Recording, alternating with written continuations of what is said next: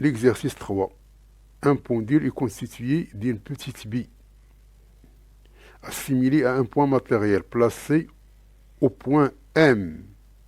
Sa masse, c'est 10 grammes. Et la longueur du fil, ici, 50 cm. La pendule est écartée d'un angle alpha par rapport à la verticale, delta. Il tourne avec une vitesse de rotation constante autour de cet axe delta. La vitesse de rotation, c'est 10 radians par seconde. Donc on donne G égale à 10 mètres par seconde carré. Donc quelles sont les valeurs de l'angle alpha et de la tension du fil T?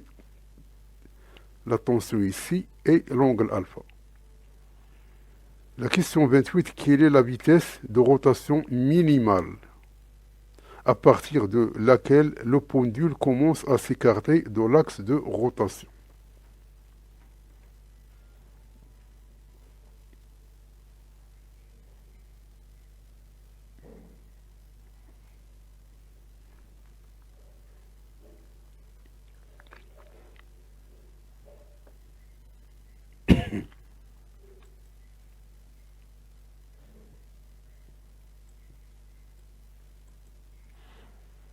Donc la question 27, on a les forces, on a T, on la projette sur l'axe vertical et sur l'axe horizontal. Donc ça, c'est T cosinus alpha, et ça, c'est T sinus alpha. Donc, on a sur l'axe vertical T cosinus alpha moins P égale à 0, c'est-à-dire que T cosinus alpha est égal à P. Et ici, ça c'est centripète, c'est-à-dire on a T sinus alpha est égal à M fois V au carré sur R. Avec V, elle est égale à R oméga. R, c'est le rayon de rotation de ce cercle ici. Donc, sinus de alpha, c'est R sur L, c'est-à-dire que R, le rayon est égal à L sinus alpha.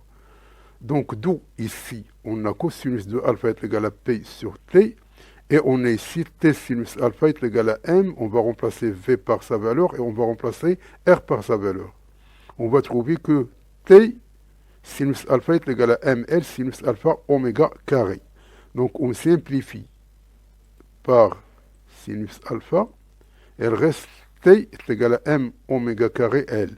Donc on va trouver qu'elle est égal à 0,5 newton. Une fois on trouve cette valeur-là, on la remplace ici. Donc puisqu'on connaît le P, donc ceci va nous donner 0,2.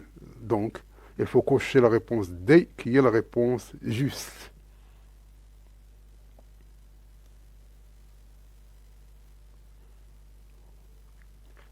Donc la question 28, la vitesse de rotation minimale pour écarter le pendule. Donc on a toujours cosinus de alpha qui est égal à mg sur t. Donc et on a t est égal à m oméga carré L. Donc cosinus de alpha est égal à mg sur m oméga carré L. Donc on a remplacé t par sa valeur. Donc d'où cosinus de alpha est égal à g sur oméga carré L. Donc oméga carré, il est égal à g sur cosinus de alpha fois L. Donc pour que oméga soit minimal, il faut que la bille soit dans sa position ici. La position d'équilibre stable, c'est-à-dire que alpha égale à 0. Autrement dit, puisque cosinus de alpha est compris entre moins 1 et 1. Donc même si on renverse, un seul cosinus alpha reste toujours compris entre moins 1 et 1. On va voir que G sur L, il est compris entre moins 1 et 1. Moins 1 et 1. Donc G sur L, il est compris entre moins 1 et 1.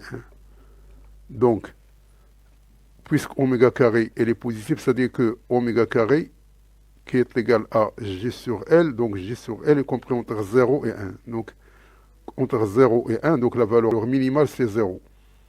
Donc entre 0 et 1, donc la valeur minimale c'est alpha égale à 0. Donc si alpha égale à 0, cosinus de alpha est égal à 1. Si cosinus de alpha égale à 1, donc la valeur minimale, c'est tout simplement oméga carré minimal est égal à G sur L, c'est-à-dire qu'oméga minimal est égal à racine carrée de G sur L, qui est égal à 2 racines de 5 radians par seconde. Donc il faut cocher la réponse C, qui est la réponse juste.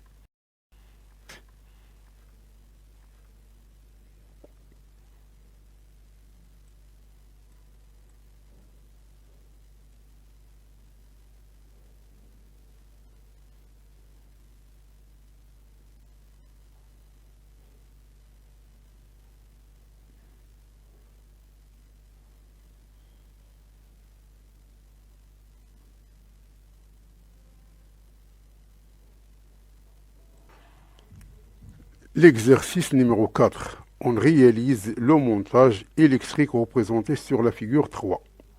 Donc, elle comporte un générateur de tension E et de résistance interne négligeable. On a deux résistances ohmiques et on a une bobine avec une résistance RB. Donc, on propose, donc il y a ici un interrupteur.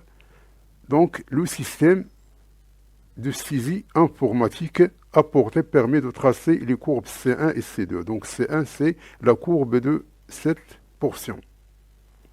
Et C2, c'est la courbe de cette portion ici. Donc, quelle est l'intensité du courant qui traverse le circuit en régime permanent? Quelle est la valeur de la résistance petit r? Quelle est la valeur de l'inductance L0?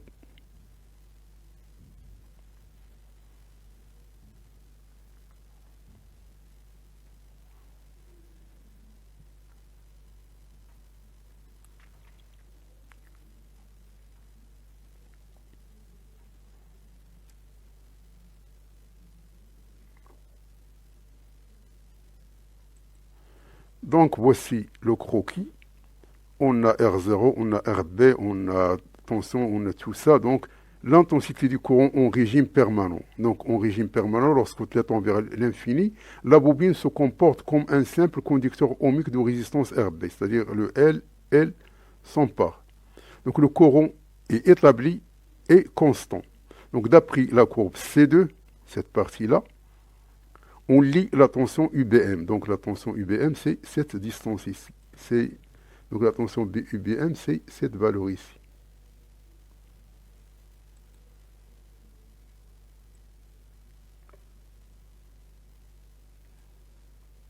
On a la résistance totale, c'est R, R0 et RB.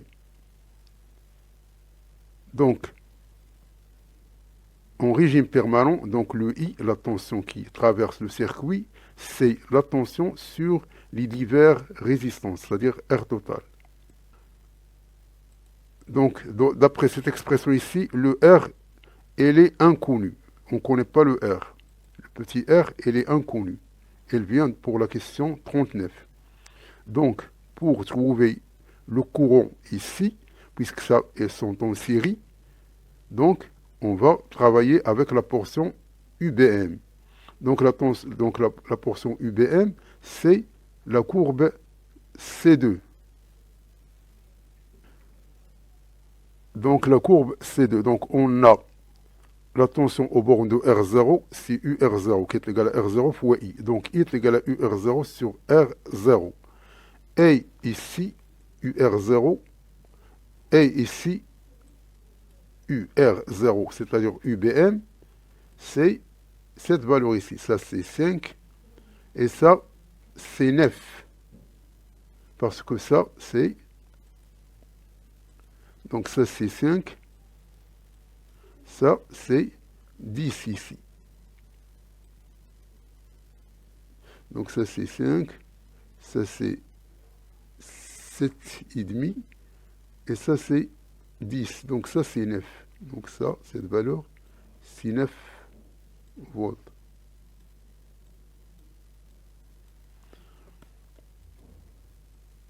Donc, 9 et R0 est égal à 45. C'est-à-dire, on va diviser par 5, ça reste 1 sur 5, c'est 0,2 ampères, c'est-à-dire 200 milliampères. Donc il faut cocher la réponse A, qui est la réponse juste.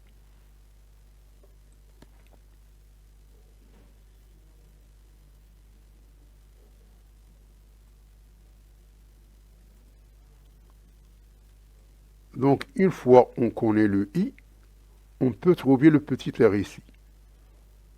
Donc tout simplement, puisqu'on connaît toutes les valeurs, donc R, elle est égale à 10 ohms. Donc il faut cocher la réponse A, qui est la réponse juste.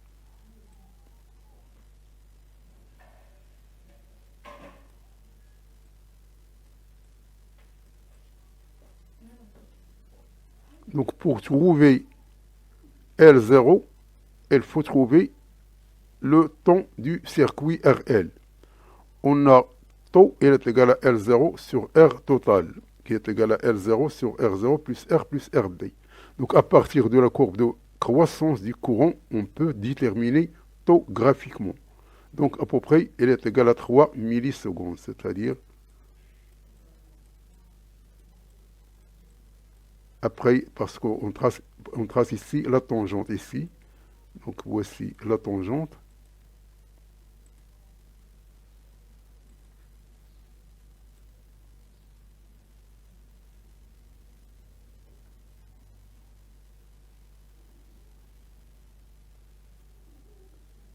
Donc l'intersection ici. Donc l'intersection ici, c'est 3. Donc l'intersection ici, donc la projection ici.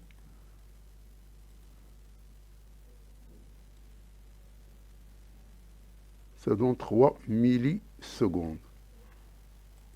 Donc on a taux est égal à 3 millisecondes. On va le convertir en secondes, puis on calcule le L0. On va trouver qu'il est égal à 180 millihenry. Donc il faut cocher la réponse A, qui est la réponse juste.